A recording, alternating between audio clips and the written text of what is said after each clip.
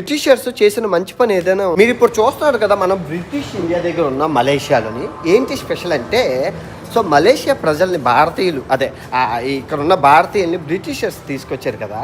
So ఈ షాప్లో ఉన్న ప్రతి ప్రోడక్ట్ బ్రిటిష్ ఇండియా, కాకపోతే మేడ్ ఇన్ ఇండియా. అన్నీ మొత్తం రంగు రంగులుగా వెరైటీ షర్టులు, అంతా cotton, pure cotton, British India, made in India అంటే మన ఇండియావే. బ్రాండ్ అయితే బ్రిటిష్ ఇండియా. చూడండి ఎంత కలర్ఫుల్గా ఉన్నాయో, అంతా భారతదేశం నుంచి వచ్చినవే, బ్రిటిష్ ఇండియా బ్రాండ్. ఎందుకు అంటే వీళ్ళ రెస్పెక్ట్ అనమాట. మరి బ్రిటిషర్స్ భారతీయుల్ని తీసుకొచ్చారు కదండి. ఈ దేశం బాగుంది కదా, పాడైపోతే అనుకోవడానికి.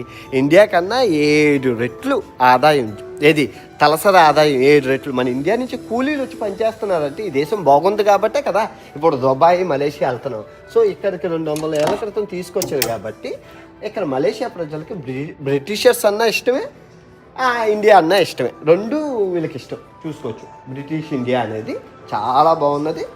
ఆ బ్రాండ్ కూడా మేడ్ ఇన్ ఇండియా ప్రోడక్ట్, మన ఇండియా నుంచి వచ్చింది. బాగుందా బ్రిటిష్ ఇండియా చరిత్ర. బ్రిటిషర్స్ చేసిన మంచి పని ఏదైనా ఉంది అంటే, మన హైందవ మతాన్ని, హిందూ సోదరులని ఇండియా నుంచి మలేషియాకి, ఆసియాలోని, ఆ తర్వాత ఆఫ్రికాలోని మారిషస్కి, తర్వాత ఆస్ట్రేలియా ఖండంలోని ఫిజీ దేశానికి, కరేబియన్ దీవుల్లో ట్రినిడాడ్ టొబాగో దేశానికి తీసుకెళ్ళి మంచి పని చేశారు. ఈ విధంగానే మన హైందవ మతం ఎల్లలు దాటి కొల్లలు దాటి ఖండాంతరాలు దాటింది, విస్తరింపజేసింది. ఇక్కడ ఎంత పెద్ద ఎన్ని గుళ్ళు ఉన్నాయో తెలుసా, ఎంత బాగుంటుందో తెలుసా మలేషియా.